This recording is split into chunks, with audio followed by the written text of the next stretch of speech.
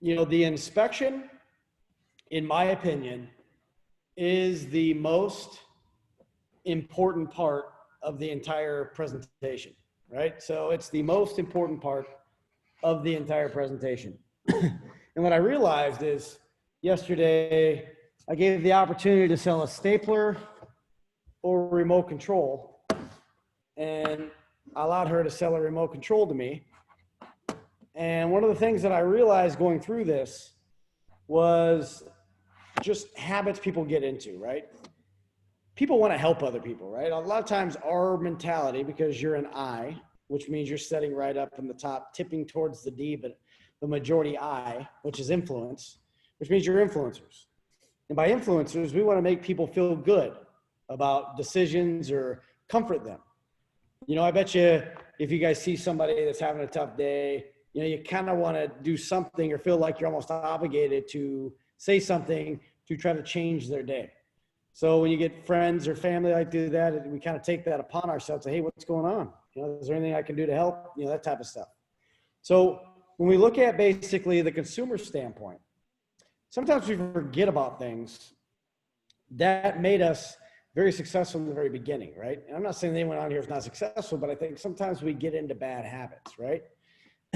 So for instance, if I look at this controller and I wanted to sell somebody this controller, and it doesn't matter what you sell. If you can sell a controller, you can sell a bathroom, you can sell windows. It doesn't matter, you can sell a door. So if I take this controller here and I say, sell me this. Then what happens is a lot of people will roll into it, right? So Charlie, I see you're on the call. How are you? I'm doing good. Good. So if I asked you to sell me this remote control, how would you start?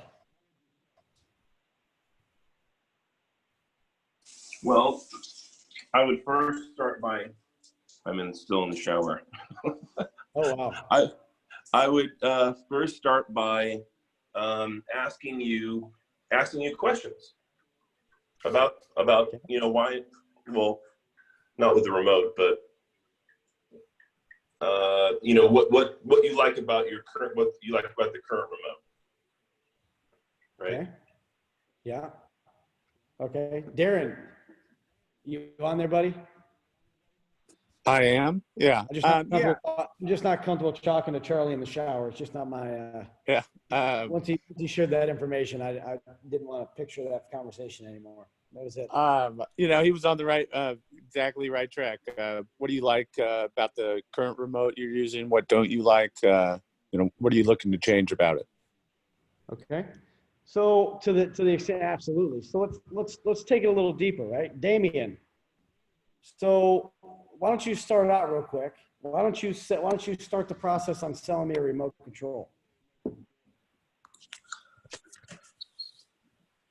What do you like about your current remote?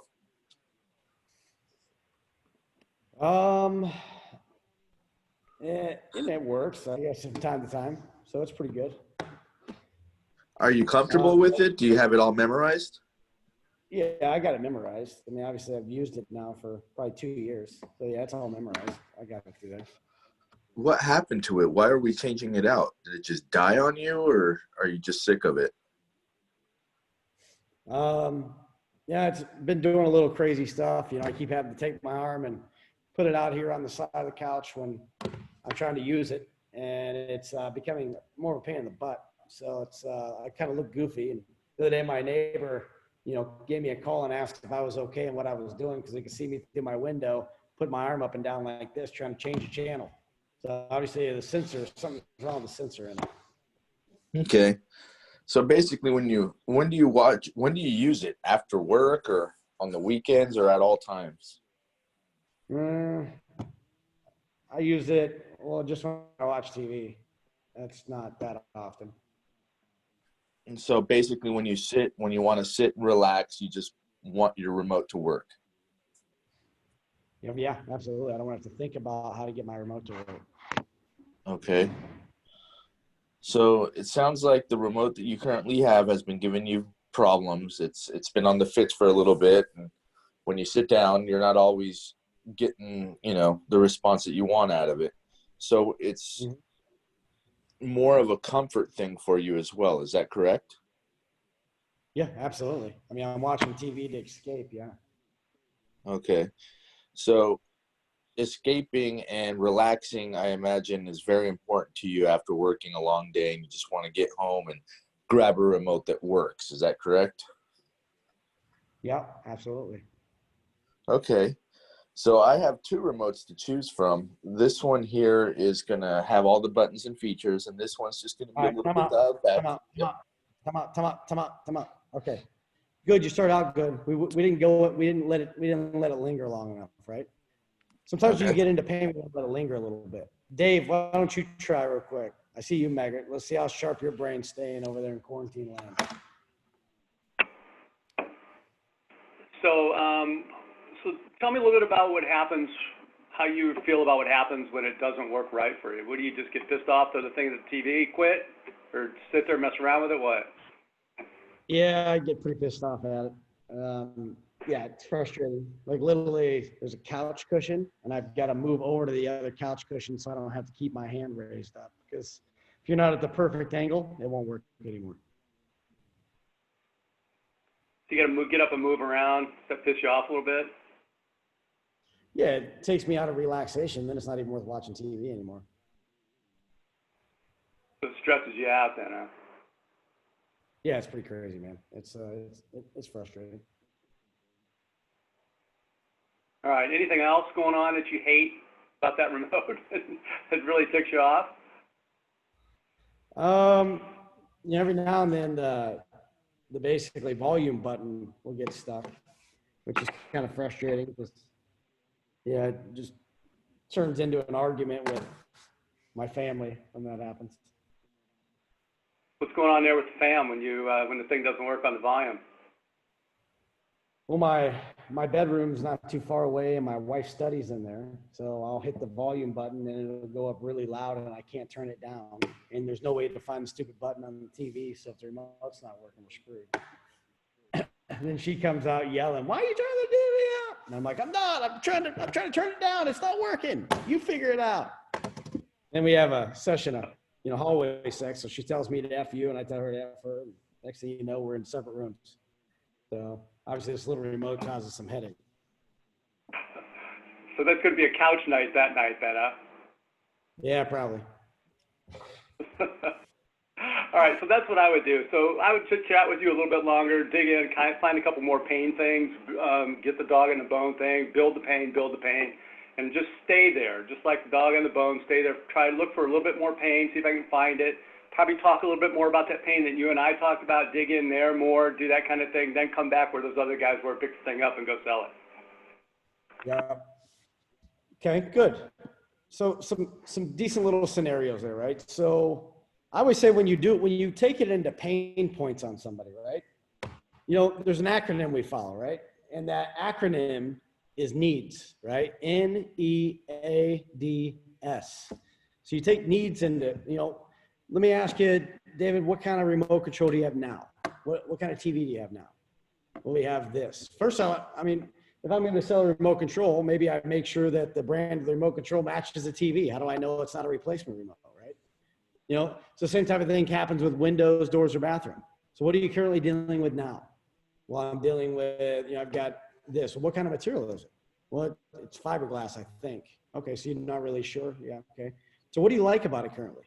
Well, we like this. Okay. What else? We like this. Okay. So let me ask you, when you change it, are you going to want to keep those same things going on there? So again, you don't miss what you have. Yeah. Okay. So let me make a note of that real quick. Okay. So if you like those things, I guess what's put you in a position to want to change anything? Well, then maybe they're going to give you that reason, right? So our whole goal is on the A, which is the alter, because now is in, enjoy is the E, A is alter, right? So what do you want to alter or change? So what puts you in a position to want to be even looking at changing your remote control or your television or your TV or whatever might happen and they're trying to sell, right? The reason I keep talking about remote, it's not product specific, it's just an item. And if we can get really good at selling items on top of just windows, doors, or basically bathrooms, suddenly things will start clicking because you realize that it's about the process you're using, not even the product. Okay. So, you know, what puts you in a position to want to replace your basically remote control, your bathroom, or your TV, or basically your windows or doors? They say they'll give you X, Y, Z. Because generally everybody has one thing, and the first thing that comes out of their mouth generally is the main thing, right? So I need to be prepared when I ask that question. You know, what's your position? Be looking at changing out your remote control now. Well, we have this, and this going on, or we have this going on. Okay, wow. Tell me a little bit more about that. What is it? You know, like Dave kind of dug in. You know, it's about the remote control, for instance. So in that remote control, you know, basically, so it sounds like to me, putting your arm up and down seems frustrating, and not to mention your neighbors will notice it may be a little embarrassing. Yeah. So let me ask you, what's your favorite time to watch TV? Well, it might be the evenings. It might be some other time, right? So again, you figure it out, right? You said, you know, Damon, you got onto it and said, well, sounds like to me, you watch TV to relax and kind of escape, right? Absolutely. But instead of just saying those words for them, I need to get really good at start fishing those words out. So what is it? Why do you watch TV again? Because you want to relax, or yeah, I want to relax and I want to do this. Because remember, if they say it, it's ownership. If you say it, it's suspect, right? So I don't want to finish their words for them just because I know the words. Sometimes I have to fish those words out, because if they say it, you realize words have meaning, right?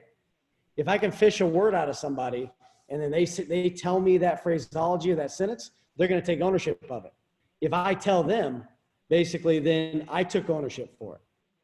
Because remember, the word I, me, or my are ownership words, which is why in a conversation we're having, if we're using the words I, me, or my, I can't thoroughly inspect anything correctly without using those words, because I'm putting myself in their position. That's called empathy. Having empathy until I have sympathy for their situation is impossible. How do I have empathy for somebody if I've never been in their shoes? You're not going to. You can think you are, but you're not that good. So we look at it right through here, right? So remote control. So what is it you have now? Well, we have a Samsung TV. Okay. Well, what do you like about it? Well, we like, you know, I don't really know what I like about it. Well, do you use certain functions on there that you would miss if you didn't have them? Yeah, I like the Netflix thing. So you watch a lot of Netflix, huh? So let me ask you, with Netflix, what is your favorite thing about that? Why do you watch it? Do you watch a lot of TV? How many hours a week do you think you watch it? Well, probably 2, 3. Okay. Well, 2 or 3 hours. Can I ask you, what's the purpose of watching TV? Do you do it to escape? Do you do it for entertainment? What do you do it for? Well, we do it for entertainment. I do it for entertainment. I do it to escape from my work. Oh, sounds like you're a pretty busy guy, right? If you don't mind me asking, you know, what affords you what affords you the opportunity to live in such a beautiful house or in such a great neighborhood? Well, I basically do IT for a living. Okay, so sounds like to me you do IT for a living. Sounds like to me when you release and sit in front of the TV, are you trying to escape from that IT world? Yeah. Sounds like to me you've been doing that for a little while, right? Is that correct? Yes. So it's important to you that in your world, when people depend on you on IT, that things work correctly. So I bet you depend on their remote control to do the same thing, right? Yeah. So tell me about it. You know, last time you had mentioned raising your arm up and down. How long ago was that? It was a week ago. How did it make you feel? Pissed off. Well, what did you do? Well, I moved over couch cushion. Why'd you move over couch cushion? Because I had to get the stupid thing to work and I got sick of lifting my arm up. Okay. Well, let me ask you, is there a reason why you sat in the normal seat you do and had to move over? Yeah, because the table's over there. Okay, well, there's a table over there. Why do you use a table for? Why set my drink and my snacks on there? Well, you set your drink and your snacks on there. Why? Because that's where I want to be comfortable. So you're telling me you have to literally move over a couch cushion to get comfortable, right? Yeah. And then what happens when you have your drink? Well, I gotta reach over and grab it. Have you ever spilled anything on the couch? See, you can get into so much more deeper questions when you just keep asking small little leading questions. You know what I'm doing? That's called branching questions. I'm using branching questions to pull them into the next question. It's easy to get people to talk if you ask the right questions, right? So what a branching question literally is we're taking somebody's answer and we're asking a question based in the form of an answer. She had to move over. What about moving over frustrates you? Then they're going to answer it again. So moving over frustrates you. Then how did that affect why you were sitting there in the first place? So you can ask the same thing when it comes to a window inspection, right? So let me ask you, what kind of windows do you guys have now? We got aluminum. Okay. Well, what do you like about your aluminum windows? Well, I like the fact that you get a lot of glass space and you can see through it. Okay. What else you like? And that's about it. Okay. Well, let's go take a look at them real quick, can we? Because obviously I'm going to get to what they want to change. If I'm asking them what they want to change at the kitchen table, they're not staring at it in front of the face, means they can lie it. Same thing with the bathroom, right? What do you like about your current bathroom? Hey, guys. Shh. So when we go in the bathroom area, we want to make sure, again, we're looking at them. We're letting that stare them in the face, right? It's harder to tell me what's wrong, or easier to tell me what's wrong when it looks at them in the face, right? Because we have sight. 80% of people out there, 70% are visual, which means if they see it, they're going to have more to say about it, right? And they can't hide from the problems at the table, right? And plus, you're not going to remember it until you see it either. So at the point after you ask them what they enjoy about it, then get them up and go to the bathroom or go to the window or go to the door and then ask them, okay, so, I guess what motivated you to give us a call? What's prompting you to get this project taken care of? What motivated you, right? So basically when you're looking at their window, door, or bathroom, then they're going to answer. Generally, remember, the first thing that comes out of their mouth is the biggest problem. And then the biggest thing you do, instead of saying, oh, that must be frustrating, no, ask why. Ask why. There's 4 whys. If you ask 4 whys in any conversation, you're going to keep digging for more information. Wow, that's interesting. Why do you feel that's a big pain? Why do you feel that's a problem? Oh, well, that sounds crazy. Why? What is it, or why does that put you in a weird position, or why is that frustrating? How does that affect you? Why does that take so much time to take care of that? So it's like the little kid, right? We've all dealt with little kids that want candy or other things. They'll ask us why. And you're almost like, shut up. I'll give you what you want, so you be quiet, right? So the same thing happens where we make sure we want to put our people in a position to succeed. So if we want to put our homeowner in a position to succeed, we got to let them tell us what's going on so we can fill up. Remember, there's that whole segment, fill up before we pour out. If I have the answer for everything, then there's no need to ask questions. And if I have the answer for everything, then I want to make sure that we're putting ourselves in a position to where I don't have the answer for everything. Even though I might know the answer, if it comes out of their mouth, it's the gospel. If it comes out of my mouth, it's suspect. Because remember, you're a salesperson until proven innocent. So if you don't allow yourself to basically you don't allow yourself to ask the questions to pull the information, again, all you are is telling them what's wrong. It isn't like going out to a car shop, right? And asking them, and you come out and get your oil changed, they come out with that clipboard, and they say, okay, well, we suggest with really bad personality that you need new tires because your tires are not an eighth inch worth of tread. You need to get your valves taken care of. This needs to be lubed. And they have a list of all these action items they want, and they're trying to get you to spend more money as. And you're like, what the hell? I'm not spending that money. Screw you, just do the oil change, right? So if we think about the things that we want to do in a house, we don't want to be considered like that weak oil change order taker, right? We're not order takers. We're design consultants. We help people design, but to get people motivated, remember, people are motivated by pain more than they are by fear, right? So 8 of 11 receptors on the brain are based off fear, not gain. So if I take it, and what I mean by fear is it could be fear of operation. It could be on a window. The window might not operate or operational reliability. And then you ask the customer, do you even know why I'm asking you if that's important? And make them think, right? They're out there. Make them think. This is their estimate that they're getting for free from you. If you're not educating them and teaching them, then you haven't become one up. You become even. If all you're doing is saying all the stuff they can find on the internet, you're not putting them in a better position than they were when they left. So think about it. What questions are you asking to uncover the why? Think about that, right? So, what is it? Why do you, can I ask you a question? Why do you think I ask you why cleaning's important? How often do you clean that? Well, we don't really get to it that much. Do you understand why I'm asking that question? No, then you'll be surprised. They'll start talking. People don't want to be put on the spot, but when they do, they overtalk. And when they overtalk, you start gathering some great information. Not that you're judging them, but you're educating them. And when I can educate people by asking the right questions to pull that information in, man, your project just got so much easier, because the better inspection I do, the less sales I have to do. The better inspection I do, the more pain I bring, the less I have to sell my product. Only thing I have to sell my product is the solution, so they don't spill soda or basically wine or coffee on their couch because they had to move over to make the remote because the remote's not doing what it needs to do, right? Isn't that the real option? So how do I deliver a fix or a solution that's going to give them what they need, and it's going to increase their quality of life and make sure, again, that it all comes down to money and nothing else, because we found their car keys, we found their solution. So at the end of it, whether it be window, and the reason why I asked the window and the non-operation, realized that, you know, there's fires here in Southern California.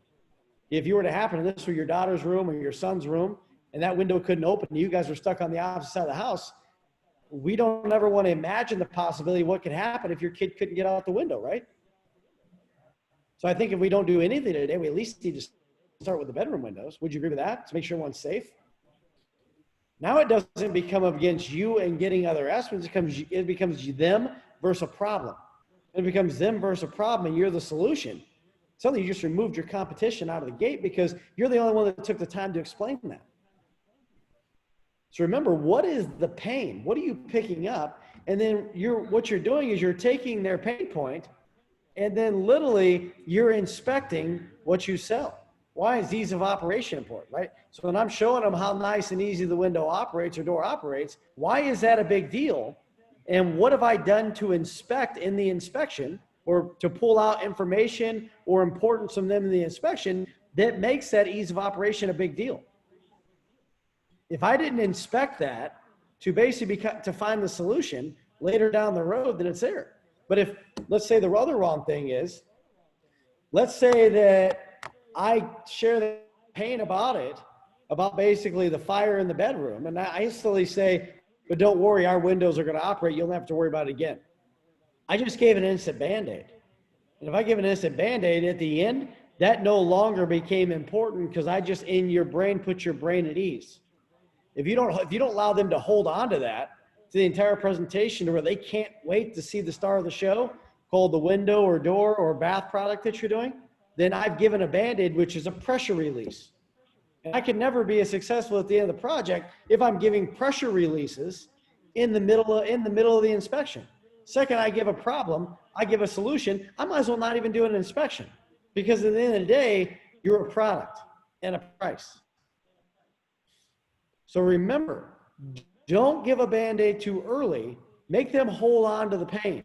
Make a note of it so you can discuss, well, what are you going to do to fix it? You know what? I'm going to make a note of it, and when I break the window out, it's going to make a lot more sense. I'm going to make sure, because I know this is important to you and it's important to me. So let's go ahead and make sure that we take care of this. So again, make them hold on to it. It might be the heat coming in, water leaking outside, getting on the drywall from outside the shower. It might be moldy dew smell in the bathroom from the tile. It might be mold growth inside the tile. It might be, the fiberglass pan that looks like, basically somebody wiped baking grease all over the bottom of it, or in the tub the same way. Do you not understand why I asked that? No. Would you like to know? Yes. Realize when you fill your bathtub up, fiberglass is porous, kind of like pores on your skin, right? So again, if I basically take a shower, what am I doing? I'm cleaning out the pores of my skin, kind of like a Boyer strip, right? You ever use a Boyer strip where you tear that off? Suddenly it looks like you got craters on that Boyer strip. So what happens is, when you take a shower or you take a bath, what do you think's resurfacing back out of that bathtub? Probably all that dirt and that grime, right? So are you really coming out cleaner than you got in? Or are you bathing in other people's filth or bacteria, which is resurfacing right out of that bathtub every time you use it? Now, let me ask you, when you use that, is it something you want to get clean getting out of it, or you want to come out with other people's bacteria on you? If you really think about that, it's absolutely disgusting. I don't know why we don't sell 100% to every bathroom that we see. So if you look at it, if we're fighting against the bacteria and the grime and not about somebody doing it cheaper, then we really are focused on the right solution. The other thing doesn't matter, because if they found their solution, it's not about other estimates. It's not about what other options people have, because you found the solution. Because if at the end of it, you're truly doing your inspection, you're delivering basically your goods and doing the things you need to be doing, at the end when you say, hey, I know you said you're 100% confident, trust, and dream to do the project, right? That didn't change. How can you be more than 100% confident? You can't. Second, we took a look at the shower, the bathroom, hell, the remote control. We talked about, everything that you needed to have happen, and we addressed that for you. Yes. So there's no questions about how we're going to take care of that. Cool. As far as designs, color choices, did we label all that down for you too? So everything's exactly what you need. Yep. And exactly what you want. So great. There's nothing else I'm missing before I price this out. No. So it sounds like to me, when it comes time for I price it, this is what you need to take care of the problems you call us for, and not to mention you want in your home, right? Cool. Well, let's go ahead and make sure I got everything together. So it sounds like to me, besides price or payment, there's really no reason why we can't own your business today, right? If I'm following that program, I'm going to be super successful, because if I did my inspection correctly, so it sounds like to me, you've given up trying to fix this remote because you keep moving back and forth in your couch, not being comfortable, and you're inconveniencing yourself having to reach over to grab your soda or your popcorn, right? And the likelihood you're going to spill something, if you haven't already done it, is great. And if that did happen, how much would it take you to remove that couch, that stain in the couch? And how would that make you feel?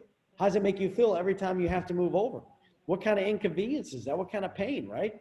And if you wiped out, it took you 15 minutes of wasting your time messing with the remote control, or maintaining your windows, or maintaining or cleaning your bathroom, the hour you spend every week, what extra time and how much would that cost you if you were working? You don't, obviously you're not a cheap date at work. So apparently it costs them a lot of money to have you do what you need to do there. So if you calculated that into an hourly fee of cleaning your bathroom, how much does it cost you an hour to clean your bathroom, and how many times a month do you do that? So really, it's already costing you money. Same thing as cleaning your windows or maintaining your windows. You're already paying for your windows. No matter it, you're paying for your doors, no matter what. You're either paying the utility company, and you're paying yourself the wages like you would make it work. The only person is you're not at work, you're on your free time. So you might as well triple the value in that, because how much time do you have to spend with your family? How much time do you have to spend doing the activities you want to do? It sucks, right? Don't you want to be done with that? When's the last time you bought something you never had to replace again? Let me share with you in a little bit on how we're going to take care of that. But right now, your windows are on fire, your doors are on fire, your bathroom's on fire, and it's cost you a lot of headache and inconvenience. It's safe to say you've given up trying to fix that on your own. So it sounds like to me, we agree it needs to be replaced, right?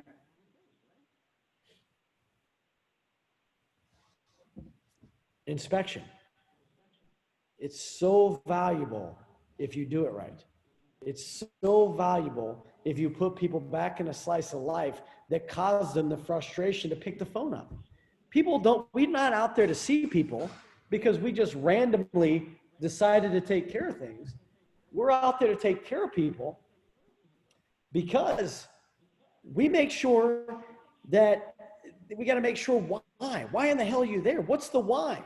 Why do we put ourselves in this position to succeed? Why do we put ourselves in this decision to fail? What picked up? Who motivated them to pick the phone up to get something taken care of?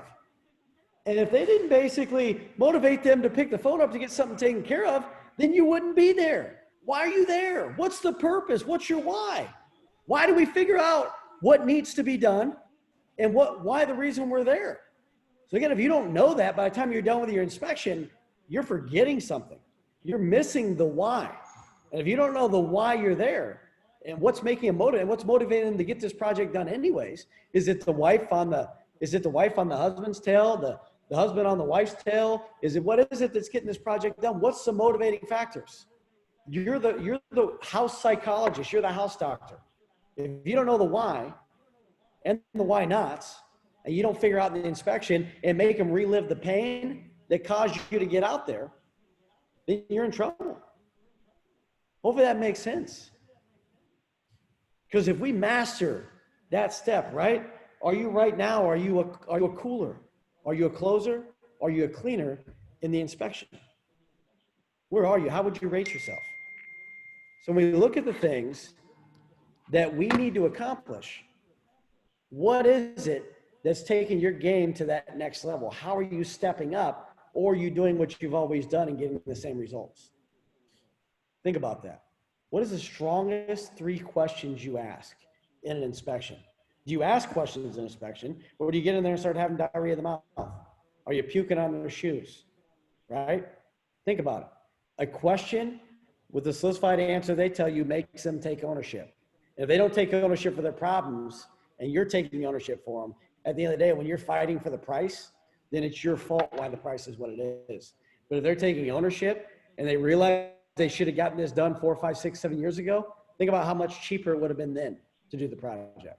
But because of indecision, it's already cost them probably 15, 20, 30% more than they would have paid to get it done right back then. Last thoughts. When you're giving your pre-inspection, right, we're talking about the why, and we're talking about our cost savings program at the very beginning. Don't be scared to throw in there a little bit of COVID, right? Use this to your benefit.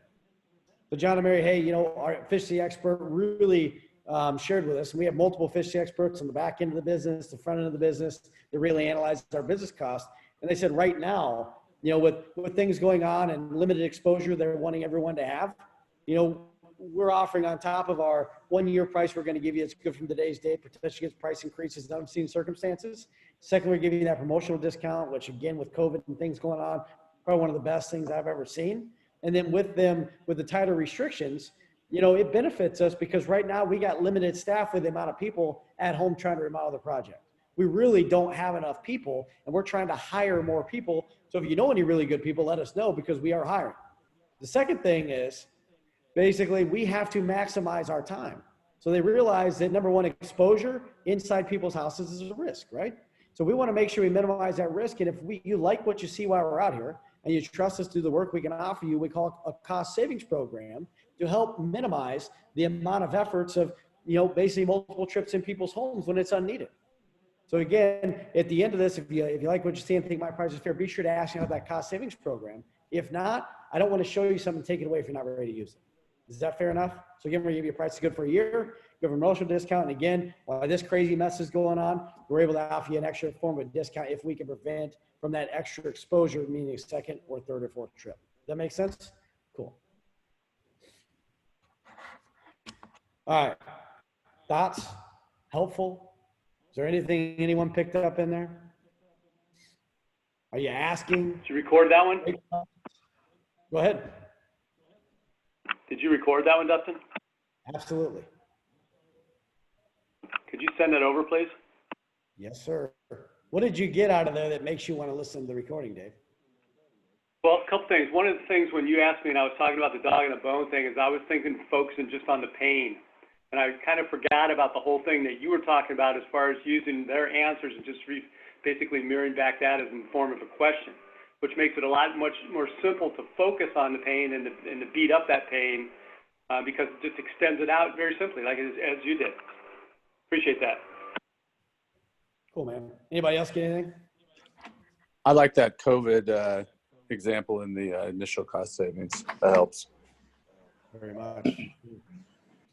Anybody else before we wrap up here?